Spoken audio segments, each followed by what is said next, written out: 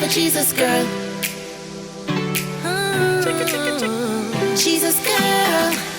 Hey, it's the diary of a Jesus girl. Let the wings of the Spirit of the Lord just swirl. You are in it, but you know you're not a part of this world. And for the swine, you should never cast your pearl. Yes, it's just the diary of a Jesus girl. The diary of a Jesus girl. Welcome to the Diary of a Jesus Girl podcast, where we discuss real life issues of the committed Christian woman. This podcast will inspire you to love Jesus and impact lives like Jesus. And now it's time for your host, Crystal Day, award-winning author, speaker, and Christian coach. So, welcome to the Diary of a Jesus Girl podcast, where we discuss real life issues of the committed Christian woman. But, I probably need to start saying, because we still have men, we have teens, we have, like everybody, as long as you are interested to grow and you're interested to be inspired, I thank you for listening to this podcast. Now, we are in December and we are preparing for 2020. Now, I know that 2021, but we know that 2020 has been a very interesting year.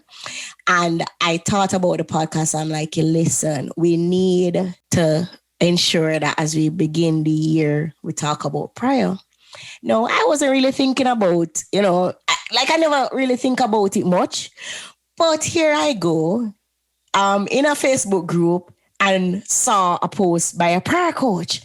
And I'm like, listen, Jesus, I've never heard about a prayer coach. And y'all know I love coaching. Like, coaching is the thing for me, right? I love coaching. I love to support coaches, promote coaches, everything about coaching. But a prayer coach, listen, Jesus, I need her on my show. So I want to introduce you to Miss Jazlyn Denise. Welcome, Jazlyn. Thank you. I appreciate you having me. I'm so excited about this. This is awesome. Thank you. Listen, she's so pretty in person. Not in person. She's so pretty in front of me. I'm like, yeah, girl. But I just want to get into the conversation, right? Sure. I could just jump in. I want to. Absolutely. Normally, we on the podcast we start by asking person to share their conversion story. How did you come to Christ? What was that journey just surrendering and becoming the Jesus girl that you are now? Tell us about that transition of, growing up. Sure. So for me, it really wasn't a conversion. My grandparents founded our church back in 1952 in their living room with 6 people. And my family has always been very active and involved. I still attend the same church now in my adult life. I did have a period of time where I thought maybe I wanted to attend another church, but as I prayed more to God, I realized that really was my home church and where he had called me to be. And so I really don't ever remember not knowing Jesus my whole life. I've always known him because I've been in church probably every Sunday since I was born, just about. So for me, it wasn't a conversion. I didn't get baptized until I was 13 years old. My parents wanted to make sure that I was aware of what was happening and what was going on. So I asked to be baptized. My father was also a minister, so my father baptized me with one of my uncles. So I come from a family that's full of ministers, full of people who are believers. And so it wasn't something that I kind of didn't know about. Getting into the prayer part of it in my adult life, I think that came with my own experiences and me developing my own relationship with God. And so it wasn't anything that anyone taught me. It was something that I kind of had to rely on myself and Jesus to get through. So. Okay. So, all right. So because a lot of persons come on the podcast and quite a few of them, kind of met Jesus at a young age. And I always have to ask the question, what was that journey like? By most times as a teenager, probably by 15, 16, thereabout, especially as women, we start to desire a boyfriend, probably want to go party, you probably go to college as listen, let me pause church life. have you ever been through an experience like that? And just tell us more. Reading about you, actually, I believe that I saw that you got pregnant as a teenager. So I want you to just kind of tell me about that.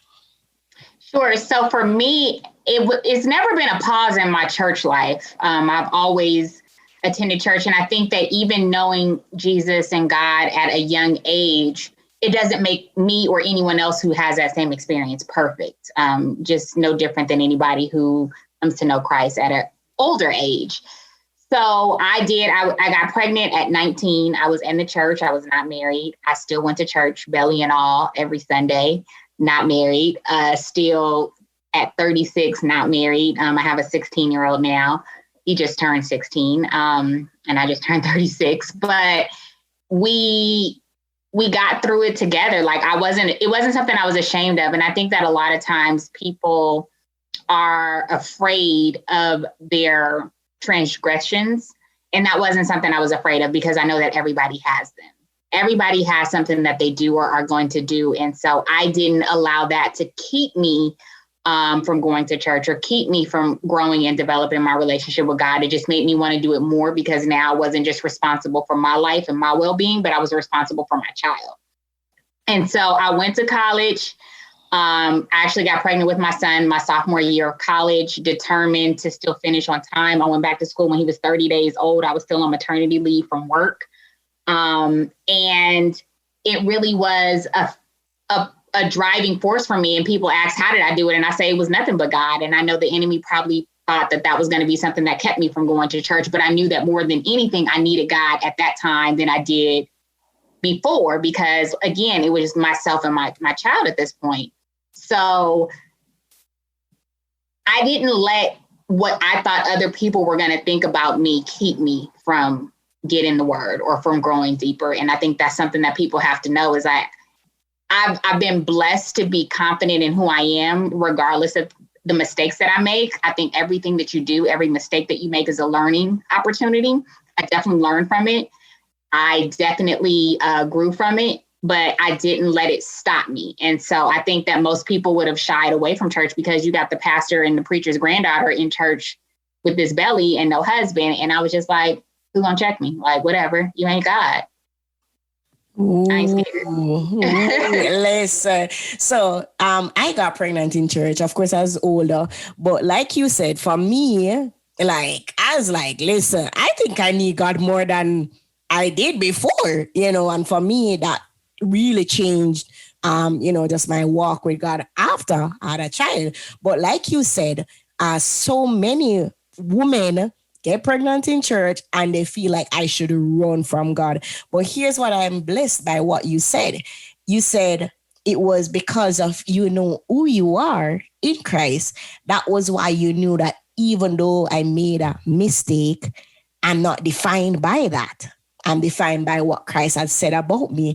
So I don't know who is listening, but she just preached a whole word right there. I wouldn't say I knew who I was in Christ. I just knew that I needed Christ more than ever, So tell us about that journey though, because as you said, you're going back to school, trying to raise a child on your own. Tell us what that single parenting journey looks like. How did you kind of get back into ministry even after what's considered, an embarrassing situation to some? Like, tell us about that transition too. For me, it was more so I just kept it pushing. I didn't stop. I didn't miss a beat. I just kept going. Like I said, he was 30 days old. He didn't even have his shots to go to daycare yet. And I called my aunt, like, I need you to come to the house and keep him because I got to go to class. And I was just determined. And it really, like I said, like when you look at the different disciples, and just not even the disciples, but the people in the Bible, they have so many things that they've done. You look at Paul, who was killing Christians and wrote half of the New Testament. When you look at people who have doubted and are so great, like everybody has something. And so don't judge someone else's something. And like I said, for me, it was me being pregnant, but I knew there were people in the church who were full-fledged liars and full-fledged adulterers. And just because you didn't have a baby didn't mean you wasn't out here having sex and not being married. You just didn't have a baby to prove it. There were people who were recovering from drugs, you know. So for me, I felt like everybody in here has something. You just might not be able to see what that something is. Ooh. You can see my something because I have a child, but don't judge my something because it's not yours, because I'm not judging yours. And so when you look at it from that perspective, I think it frees a lot of people, because it's when the Bible tells us to remove the speck from your eye before you talk about the speck in someone else's. And that's really the truth. Is I cannot judge anybody. If I see a prostitute on the street, I'm going to pray for her. I'm not going to judge her, because for whatever reason, that's her issue. Or if someone's on drugs, that's their issue. If someone is an adulterer, that's their issue. If someone is lying, that's their issue. That's not mine. So I had to understand that. And even those that were judging me, I'm gonna pray for them, because at the end of the day, you don't have a heaven or a hell to put me in. And you don't put food in my mouth or take it out. And so I can't rely on what anyone else's thoughts about me are, because if so, it would be so debilitating. And I just couldn't allow that. I knew that, again, I had to move on. I had to push forward. And if I allowed what people thought to hinder me, it was going to block the blessings that not only did God have for me, but that he was going to be able to use me to bless other people. And so that is why I just really did not bother with it. And I just continued to push forward, is because I knew, like, okay, you got something too. It ain't out in the light. So. Oh, I hope that frees somebody that's listening. I hope that you're free, that all of us are really dealing with something, and we are all on this journey of becoming like Christ, but we ain't there yet, whether we want to believe it or not. And, you know, many of you, your issues are pride. Like you struggle with pride too. So, you know, but I want to interject and just share a little bit about our professional buyer, right? So Jazlyn Denise is a professional prior coach, real estate expert, fundraising professional, author, and public speaker. I want to point out that, as she mentioned, you know, she owns a BA in sociology and an executive MBA. So she is ranging, you know, just areas of administration, fundraising, you know, customer service. And you know, a fun fact that she shared is that I learned to drive a tractor before I learned to drive a car. So here's where I want to come in, even before we get into the prior. A lot of Christians, and I don't know where I'm going, but a lot of Christians, I find that, and I don't know if it's in Jamaica, but it's almost like sometimes I don't think we're as ambitious as we ought to be, because we're afraid of the, you know, I don't want to seek material things and lose my soul, or I don't want to seek money, you know. So as a result, a lot of believers sit on, you know, dreams and aspirations for more, and allow, you know, these insecurities of, okay, I wonder if I'm going to make it in heaven if I desire more. You have just, you know, like grew up in church, you are, you know, a preacher's kid, you're a minister too, all of these things, but yet still you have... Not officially a minister. I think we're all ministers. Yeah, that's what I mean. We're all ministers. Yeah, that's what I mean. I'm not getting up preaching to nobody. No, I'm a server, you know. So how do you... Like, what do you have to say regarding, you know, just, and I say this because we're also, again, in this preparing for the new year, and a lot of Christians are just afraid to dream bigger for themselves. And I don't know, I just feel like you can share about that. Why just not settle, you know, that kind of right. thing. I've never settled, and I've always, been striving for more. And even now, when people typically would be comfortable and at a level of satisfaction, I'm always going to go for what God has promised me. And I don't believe God wants me to be broke. And I don't believe that that's going to keep me from getting to heaven, because the more that I make, or the more I'm able to obtain, the more I'm able to help. So for me, the more money I make, the more money I'm first going to tithe to my church, which means I'm helping the kingdom of God. The more money that I have to be able to help if I see somebody on the street and they ask me for money for food or for whatever, instead of giving them $1, I might be able to give them $100. So for me, anytime I ask God to bless me, it's not for me personally. It's for me to be able to bless others. And I think when you have that mindset, you're okay. But when you look at Joseph in the Bible, when he was storing up 7 years worth, people would have thought that was him being greedy or him asking for more. But no, he was asking for more to be able to bless other people. If he wasn't blessed in that way, that whole country would have died. They all would have died. He wouldn't have been able to save his family. Wow. And so when you store up and you're able to help other people, that's not a sin. And I'm not going to ever apologize for that. I'm not going to ever apologize for anything that I have. I'm not going to ever apologize for my success. I'm not going to apologize for moving forward in all God has for me. And anyone who feels that they want to be humble in that way, you can still be humble and be prosperous, and you can still be humble and be successful. You can still be humble and be wealthy physically, mentally, financially, in all those areas of your life. And I don't take credit for any of it. And that's another thing, is that every single thing I have is only because God has blessed me with it. It's not by any accord of my own. It's not because Jazlyn is good. It's not because Jazlyn is this great person. It's that Jazlyn serves a God that is a provider. It's because Jazlyn serves a God that is going to, he says, I'll give you exceedingly and abundantly more than you can ever imagine. And in one version, it says immeasurably more. And you think of all the things that you can measure. I can measure a gallon. I can measure a mile. I can measure a ton. But if he's going to give me more than I can even measure, why am I going to tell him no? You know, something I must point out in what you said when you talk about Joseph a while ago, that definitely is biblical wisdom right there, because you're right. Like, boy, like he was positioned to be such a blessing because, you know, he was able to store up what people consider, you know, treasures.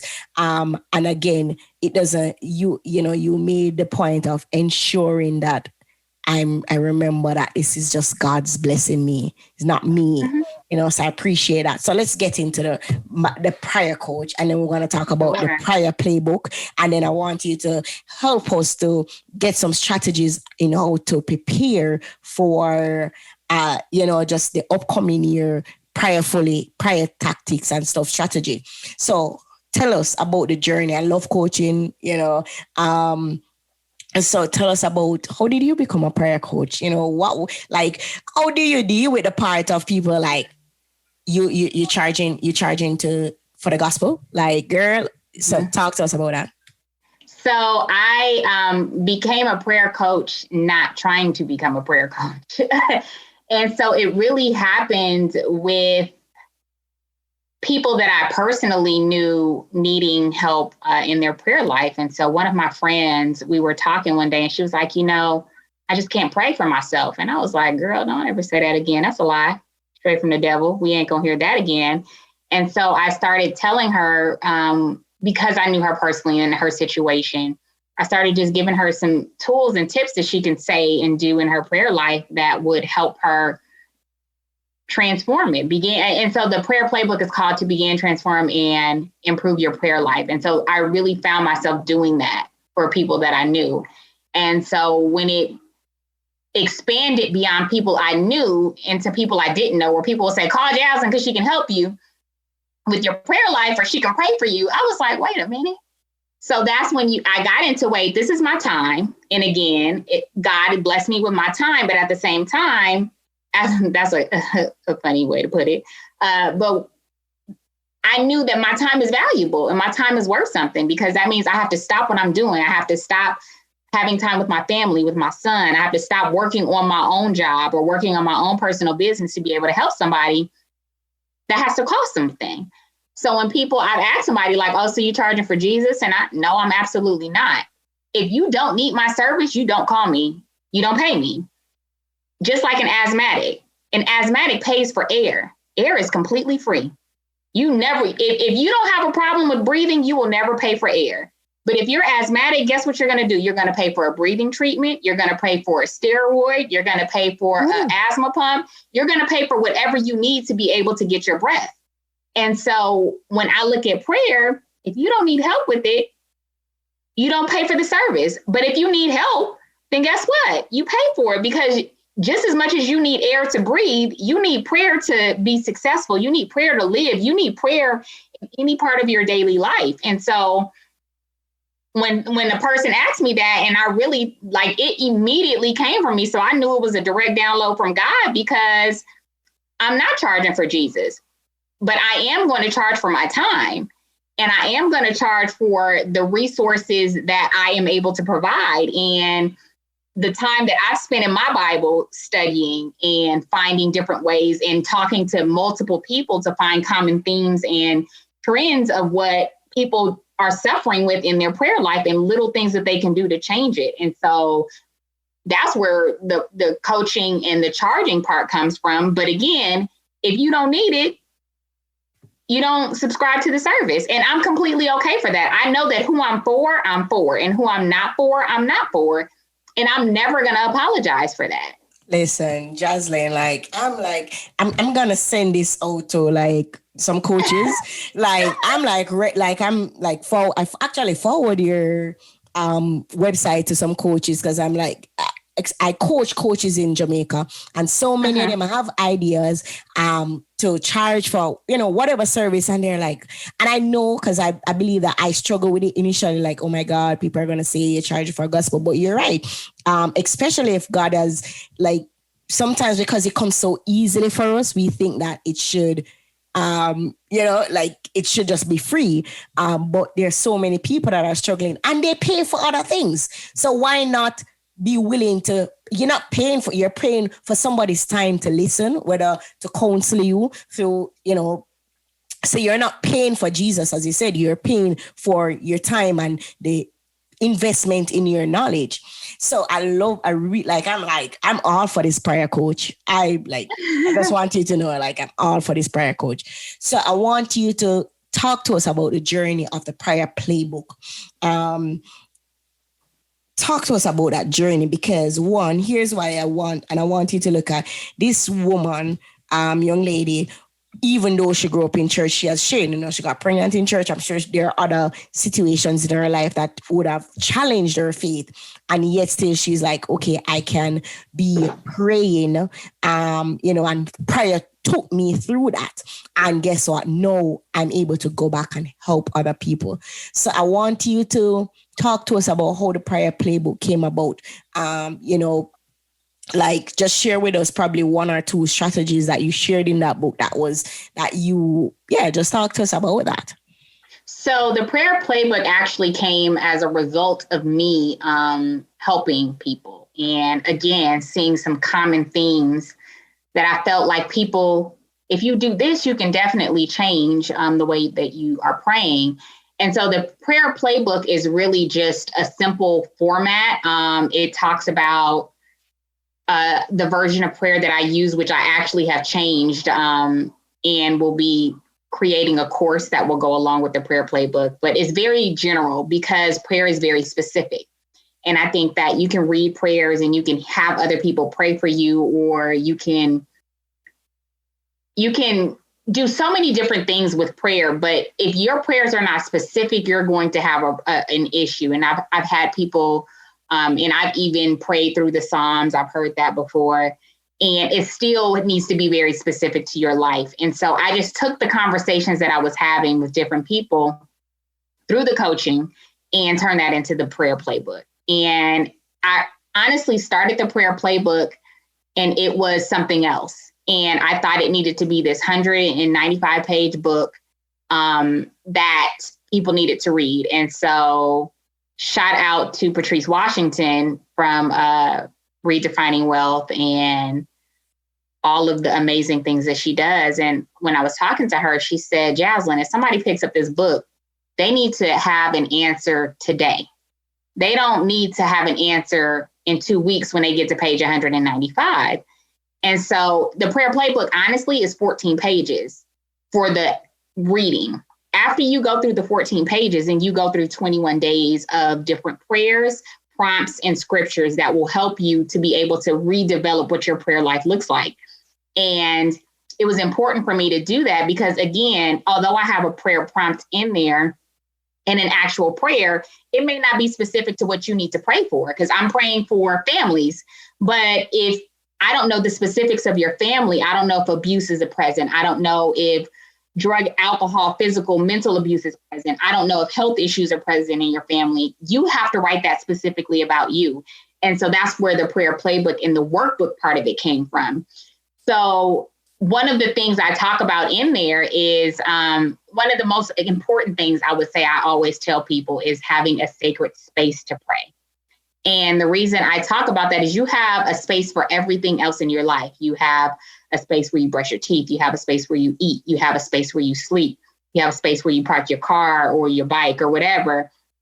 You have space for everything. And right now, in the midst of COVID, we have spaces where we're working and spaces where our children are in school. But you need to also have a space for God, because that's supposed to be the most important thing in your life. So why don't you have space for that? And you have space for everything else. And my creating my sacred space came from a time of depression. And I had been in relationships, but never experienced heartbreak until I was in my mid to late 30s or early 30s, shall I say. And I have a prayer partner. And in the midst of that, we realized, I was like, I need to clear out this whole closet. So I'm talking shoes, clothes, everything got to come out. And I literally made that my space with God.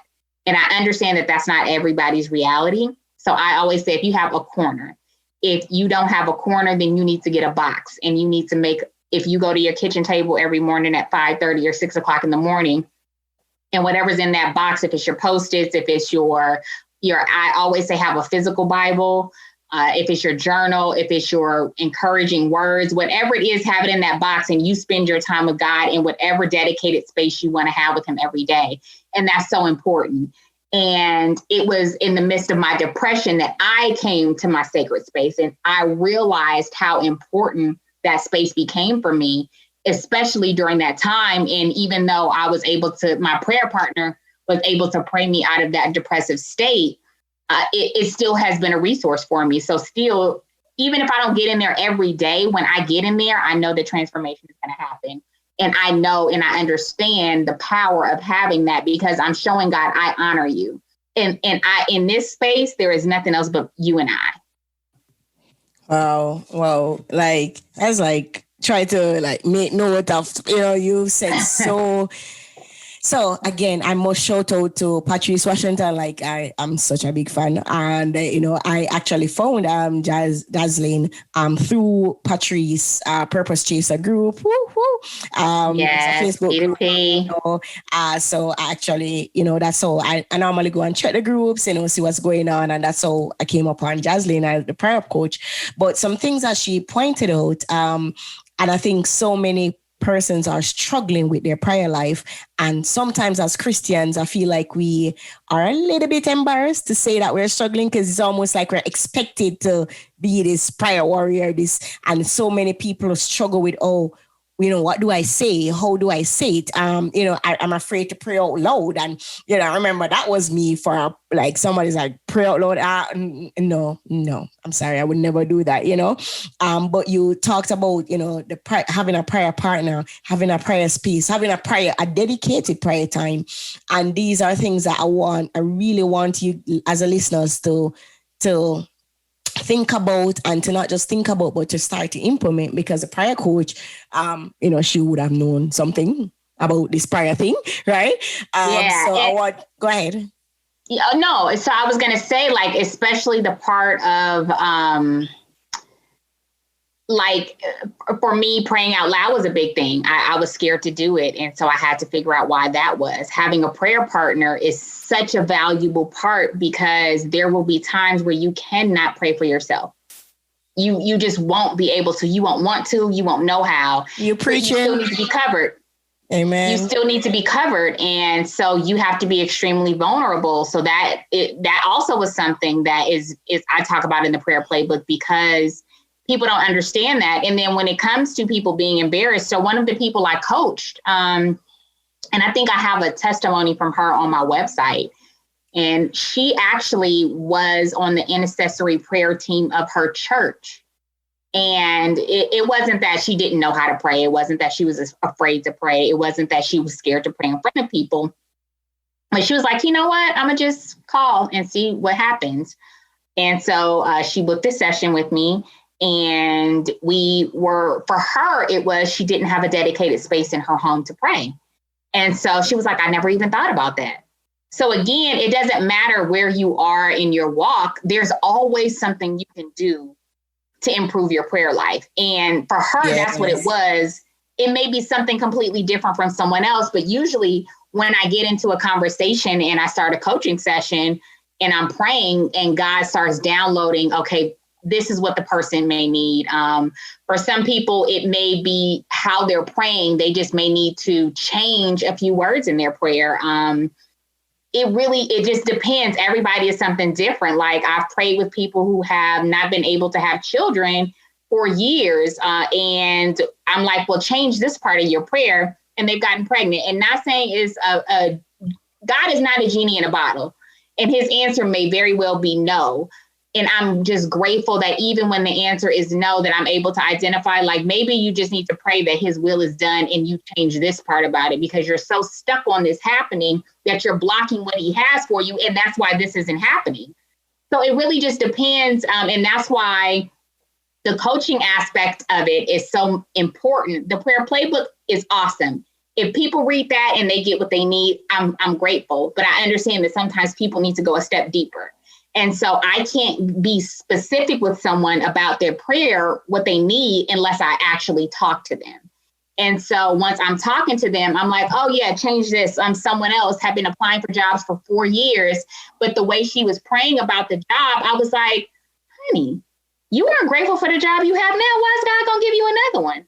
Woo, woo. And she was like, I didn't think about that. And I kid you not, changed her prayer. We talked about what she needed to change in her prayer. In the midst of COVID, without ever seeing the people she got the job with, she got a brand new job. Wow. Just because I was listening to her and she was like, I'm praying and I'm asking God and he knows I'm unhappy. And I was like, yeah, but you haven't learned the lessons that you need to learn now. So why is he going to put you in an elevated position in a higher organization with more responsibility if you aren't even properly handling what he has given you now? And it goes back to it to be, what does it say? You have to be faithful over a few. Yeah. And you asking God for $1 million and you can't handle the 1,000 he gave you. What's he gonna? You have to be able to manage what you have to get more. So sometimes it's something just like that you need to change. And so I think that that's where the prayer coaching comes in, is that you have to give someone a different perspective. So someone has to hear a different perspective of their prayers, because you feel like I've been praying for the same thing over and over again, or I've been doing the same thing over and over again, and I'm not getting the results that I want to yield. And it may just be something different that you need to do. Wow. And so I'm blessed that God has given me the ability to talk to people and be able to, through the Spirit, identify what those things are and just give them tools. And sometimes it doesn't happen. I have other women that for years, they've also been praying to have children and they haven't, but it doesn't mean that God isn't God, and it doesn't mean that he isn't faithful, and it doesn't mean that he isn't just, and it doesn't mean that his promises are going to come back void. It doesn't mean that he's a liar. It just means that's not what he has for them at this time. And it's not to say that they never will. Sarah was pregnant at 90. I'm not wishing that on nobody. But if that's what God has for you, that's what God has for you. Or if it's to not have children for whatever reason, if that's what God has for you, I believe that whatever it is that he has brought you to, he will bring you through. So, boy, like I'm just enjoying this, because as you mentioned, like sometimes when you think about coaching, a lot of persons think like, oh, why am I going to pay to tell me something that I could read in the Bible, or what's the purpose of my past? And like, if you're somebody that's listening to this and you're being skeptical, don't call me. This podcast is just not for you. But what I'll say is that that's what coaching does. Because sometimes, even as a I don't know, I'm a writing coach, and persons will come with their book ideas, and then I'll just say, okay, instead of saying they want to name their chapters surrender, I'm like, instead of saying surrender, probably you could call it something else, let go, let God. I'm like, oh, that's so creative. That's far more creative than what I was thinking. And it's like, oh, and then I could include, I like, okay, that's what the power of coaching is, getting that other perspective and, just having somebody that's listening, discerning in our case also as believers, and to be able to allow, the Holy Spirit. But here's what I want to ask, because I'm sure somebody will listen is like, so Jazlyn, are you saying that God, and I think you answered the question, but I want to ask this for you personally, because you mentioned I'm single, I'm 36, and I'm sure you probably would have prayed about a husband before. So then as Miss Prayer Coach, why is God not answering your question?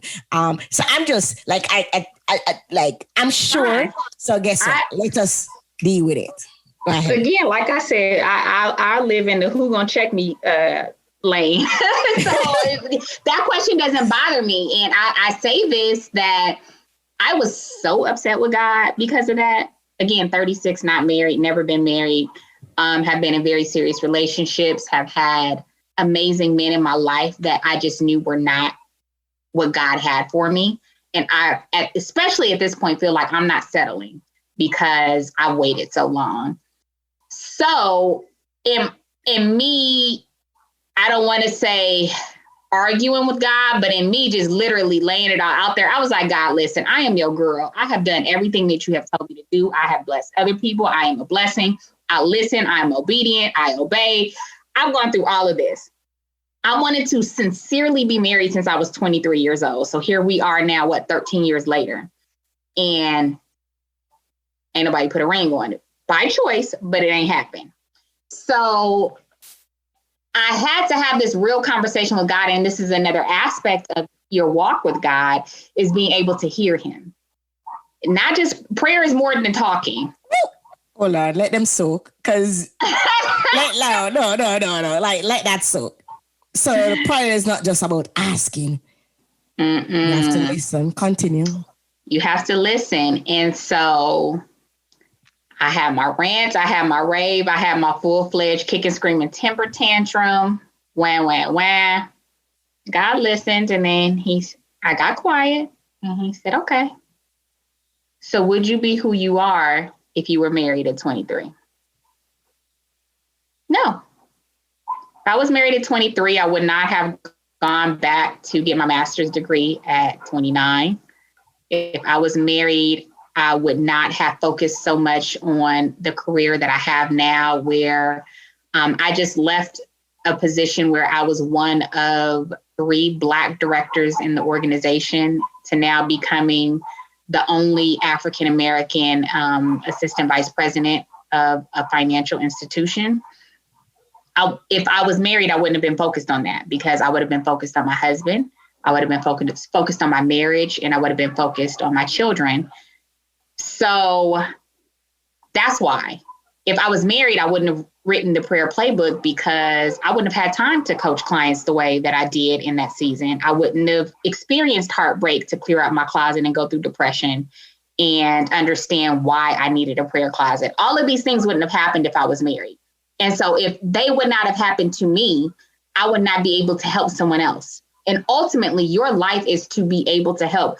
My godmother says all the time, you ain't got no business. All your business is God's business. So every single thing that I've experienced and everything that's happened to me is for me to be able to help someone else, to say, look, if God can do it for me, there is absolutely not one reason why he cannot and will not do it for you. And I never look at anyone else's blessings. The majority of my friends are married, and all of their marriages are blessings and have been blessings to me and encouragement to me and guidance for me as to what I do want and not want in my marriage. So part of where I came earlier this year, maybe towards the end of last year, earlier this year, I was like, look, God, because I told myself, if I'm not married by 35, I'm over it. I don't even want it no more. And I got to the point where God had given me a directive to leave my job when it came in the midst of all that was going on. And we went into COVID. and we were locked down and safer at home. People started losing their jobs. People even within my organization were furloughed or laid off, or their pay was cut.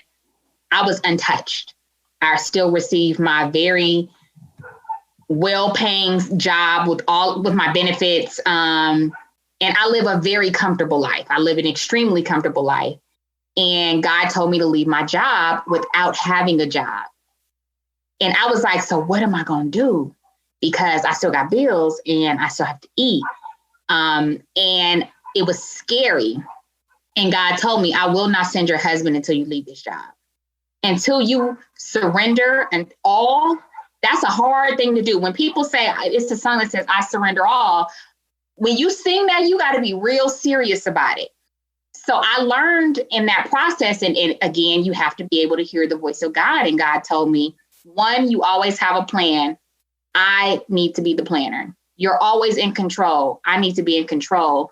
And your security does not come from your job. Your security comes from me. Woo. So until you release those things, I'm not sending you that man. So guess what I had to do?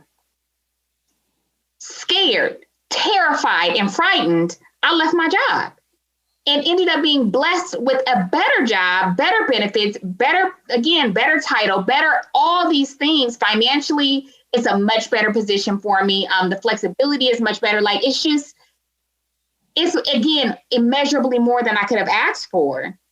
The growth opportunity, more than I could have asked for. What's happened with my book is more than I could have asked for, all because I surrendered to God. And so part of that is that now I'm in the position to where I know that my husband is around the corner. He's so close that I know that God has positioned me now because I've been obedient to that. Now, I'm not worried about it because I know it's in God's timing, and I'd rather it be in his timing than to be in my timing, because if it's in my timing, it's going to be horrible. Yeah. If it's in his timing, it's going to be as perfect as it can be. And I say this about marriage is that I don't look for a perfect marriage because there's no perfect person. And you can't put two imperfect people in a situation and expect to have a perfect relationship. There are going to be imperfections because God is grooming me or has groomed me and is likewise grooming him for such a time as this, for us to be able to come together as a union and to be able to minister together to other people to say, hey, we waited. Hey, we have, because God already said he's not going to be married. He's never been married and he's never had children. So for him to never been married, to never have children, for me to never been married and to have one child, God is going to use all of that. And so I just really have to be patient. You know, that whenever that happens, and I truly believe in my spirit and in my heart, it'll be at 36, that's when God will bring us together. But it's because it's for the greater of the kingdom of God and not for the greater of myself and to whom he may be.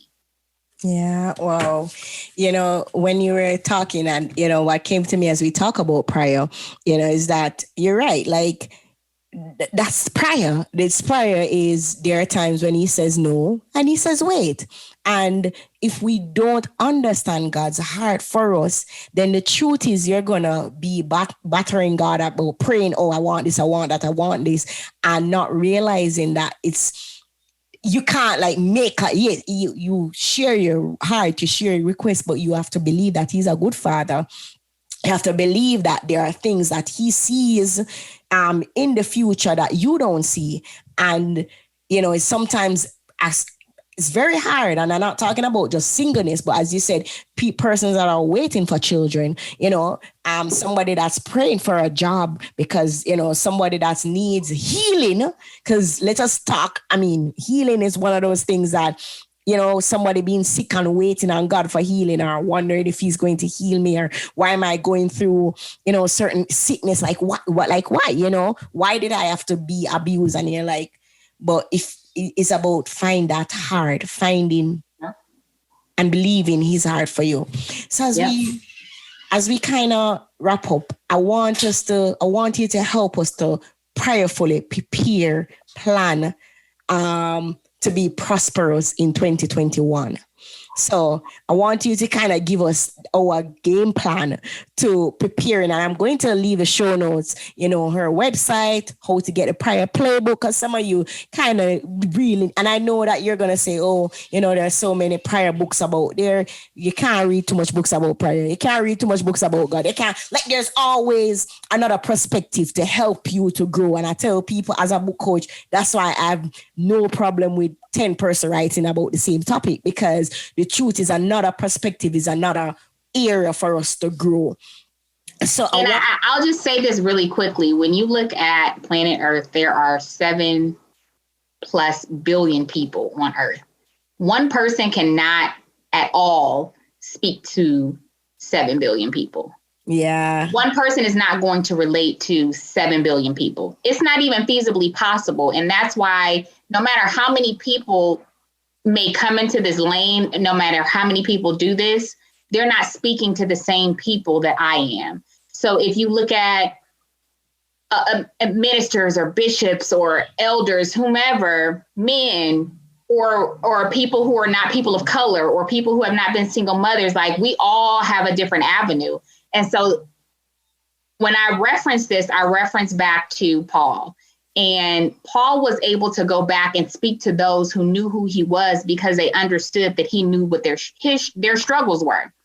So someone who's never been a single mother and been in school or worked or had to sit in a unemployment office or a county office cannot speak to someone who's had to experience that. And so, again, I go back to, I'm not for everybody, but who I'm for. And if I'm not, I say that whoever is for you is for you. And I believe that all of my blessings are for me. And there's nothing or no one that can block that, because I know God has positioned me in this fashion for a reason. And so for those that are out and have coaching business and feel like, I don't want to be a coach, a financial coach, because there's 1,000 financial coaches. Right. But somebody has not gone to those 1,000, and that 1,001 that will be you is who they need. And so if God has given you a vision and God has given you a plan, and you clearly have been able to hear from him, do not let anything stop you from doing that. Do not let anything hinder you from walking forward in what God has called you to do, because there is, even if it's one person, if it's one, you've done what you needed to do. If it's 1,000, you've done exceedingly and abundantly more. But if someone needs to hear what you have from you, then that's what needs to happen. And so the prayer playbook for me, my coaching services for me coming on podcast, is because somebody needs to hear this from me. And it doesn't matter whom else may have the same similar message. It's not going to be the same message, which makes it different for the person listening, because someone hearing this may get something from a different part of my story. Someone may relate to something and may not relate to something else. Pick up what you need and put down what you don't. So that's my yeah. So tell us some strategies to help us to prayerfully prepare to prosper in 2021. Sure. The first thing I'm going to say is to make sure that you have a space with God. I mentioned that earlier. If that's a closet, if you have that opportunity, that if it is a corner, that if it is, you just know you're going to get to your kitchen table every morning at 6 o'clock in the morning, that's what it is. That's the first thing I'm going to say, is to make sure that you have identified a space. If you need to go sit in your car to get away from everybody in your house, do that. You just need an identified space with God. And I talk about in the prayer playbook, there is one of the founding fathers of, and I think his mother used to cover. Yes, his mother, John Wesley. I think that's his name, and I'm completely going to blank right now. His mom used to put an apron over her head every day. She was a mother of 10 children, and this is back in the 1800s. So she didn't have a closet, she didn't have a car, she didn't have a corner with 10 kids. So she put an apron over her head for 2 hours every day, and everyone knew that when she was under that apron, she was in her time and space with God. So it doesn't matter how unconventional your space may look, as long as you are saying, God, this is my time with you, that's all that matters. So that would be the first thing I would say going into 2021 that I would encourage everyone to do. The second thing that I think that is so important is that if you do not have someone that you are praying with, if you do not have a prayer partner or a prayer tribe, I talk about my tribe and my team all the time. And I love my team. I love my prayer team. I love my prayer tribe because they are it. And likewise, I am that for them. So you have to find people to pray with. But the part about that I have to be very clear about is how God ordained that relationship has to be, especially for women, because women do not like to be vulnerable. Women do not like to share their secrets because they might have been hurt. They might have had something used against them. I don't mind telling my business to the extent that I want to tell it, because you can't use nothing on me that I'm telling you. Or that's about I agree. That's how I feel. And so I understand how intimate that relationship has to be. So one of my prayer partners is married, and she told me very early on, like, this is one of the most intimate relationships I have outside of my husband because of how spiritually naked I have to become.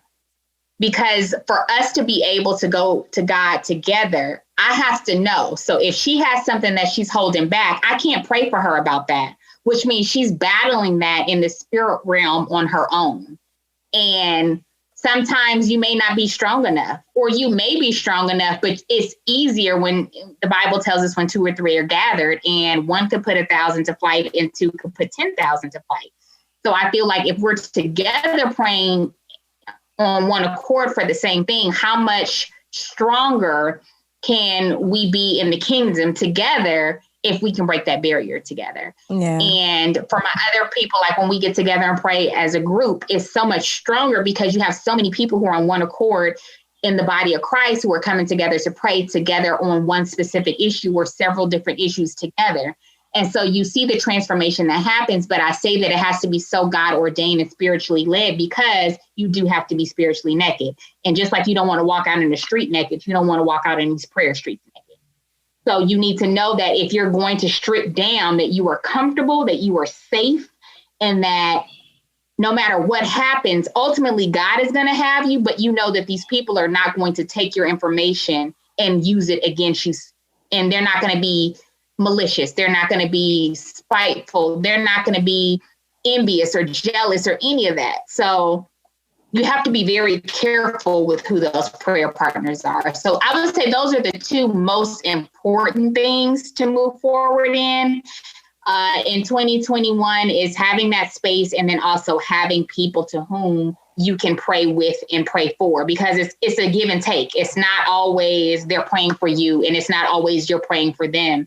It has to be a mutual thing. So on some of, I have a couple of different prayer partners. On some of them, I may pray and then she may pray, or depending on the day, I may pray and she's like, girl, you covered everything, and vice versa. So you really just have to get in the groove and know that when it's God ordained and spiritually aligned, that it'll all work together. But please, please, please, please don't go out here just saying this person is your prayer partner without first consulting with God.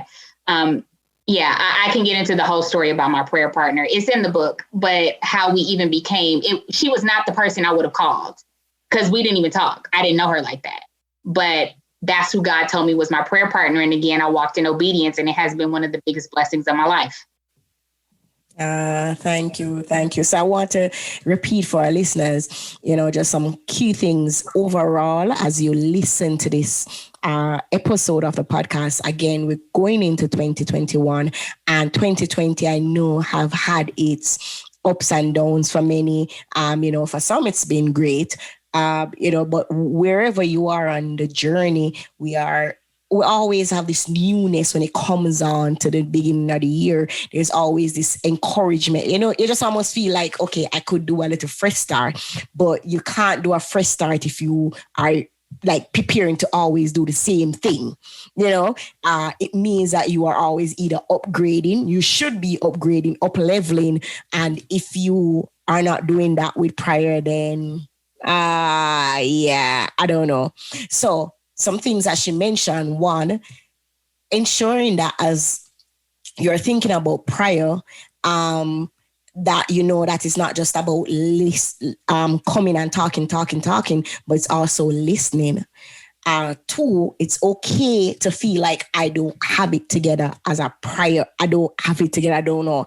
And it's okay to seek the help. And the truth is, whether you want to believe it or not, our pastors are not always the only answers to getting that help. And if you feel led to say, I want to have a conversation with Jazlyn as a prior coach, again, I'm going to leave the show notes. You reach out to her, or you're like, all right, guess what? I'm good with just buying a book, whether it be her book or any book on prayer, right? Because you're not trying to say, oh, she has all the answers. What we're saying is that she's just a vessel that God is using in this season to do that. But there are other persons that have written a book that you might be blessed. For some of us, I've read about 10 books on marketing, right? And every time I read a new book, it's a bit different. So again, it's okay to feel like you don't have it together and seek help. But definitely she talked about getting that space, a dedicated space where I can know that I'm going, and it doesn't matter what your situation is, make the sacrifice.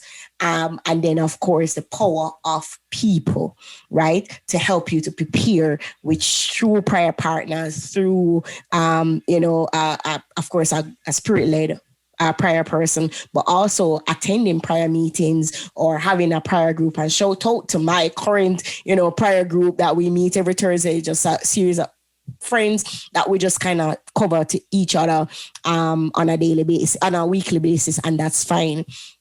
So Jazlyn, as we close, any final thing that comes to your heart that you'd want to share? I would just say let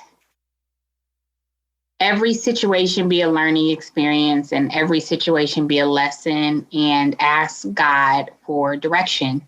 So in whom you're praying for and how you're praying. Sometimes I even ask God that, like, God, how should I pray for this person? Because you may not know.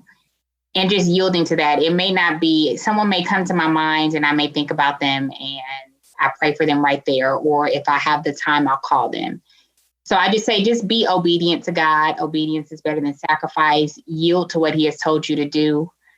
And really understand the different levels of prayer. Like, it's levels to this. And so understanding the levels of prayer and understanding that no matter where you are in your walk with Christ, that you can always do something to change your prayer life, to begin to transform it or to improve it, whatever that means for you. And so never stop being a learner of God, never stop being a learner of Christ, and always strive every day to become more like him. So whatever that means for you, do that.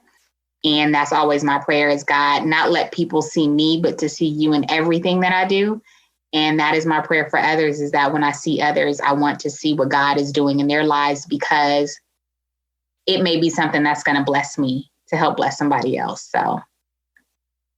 Thank you, Jazlyn. Listen, I enjoy this conversation. I've had a prayer space, but I've not been as consistent with that. So definitely, I know that I'm challenged to, as I prepare to go into 2021.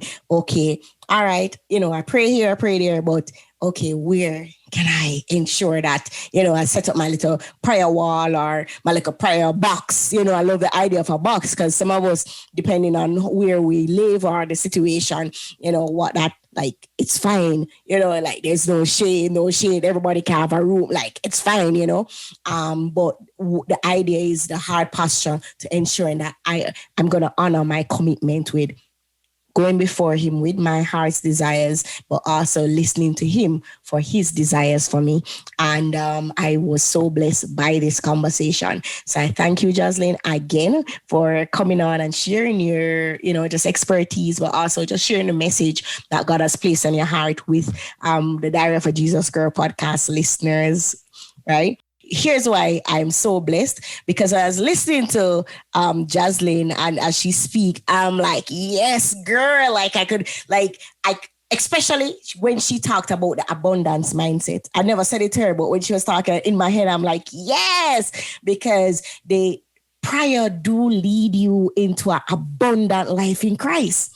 Like, you won't understand what true abundance is until you really start praying.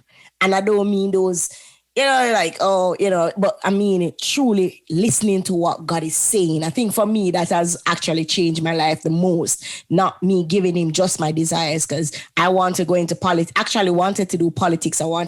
I would never have thought that what I'm doing now is what I wanted to do. But believe me, just listening and hearing God saying, no, I'm calling you to coaching. I'm calling you to have your own business. I'm calling you. And I'm like, believe me, the exceedingly abundantly more than I could ask and think and imagine came from me listening. So I'm definitely going to leave Jazlyn link, reach out to her, get the help. Like, it's okay. Like, we don't have to always have it together. And even if she mentioned, what I love about you, example too, when you talk about the intercessor at church, like for her, yes, I'm helping other people, but guess what? I got the help. So my prayer life even elevated even more. Like, listen, it's how Jesus speak. This is Jesus, like we're all connected. We all need each other. We all need each other. And he says, I will open up the windows of heaven and pour out a blessing that you don't have room to receive. Woo. Which means if you don't have room to receive it, it has to overflow to somebody else. Woo. Woo. That's a word. So we thank you again for joining another episode. Please leave a review of this episode. Reach out to us. Just connect, but definitely we challenge you as you go into 2021. We don't know what's happening. We don't know if COVID is going to keep. We don't know if, she's going to send another person to us. We don't know what's going to happen. But here's what we know, that all of this is not a surprise by God. Whatever is going to happen, the Bible tells us that he saw the beginning from the end. So the hardships, the blessings, whatever it is, he's prepared. And guess what? We can prepare ourselves by going in prayer with him. So God bless you. And we'll see you next week, or talk to you next week. Check out the podcast every Thursday for Diary of a Jesus Girl. God bless you. Diary of a Jesus Girl. Jesus Girl. Hey, it's the Diary of a Jesus Girl.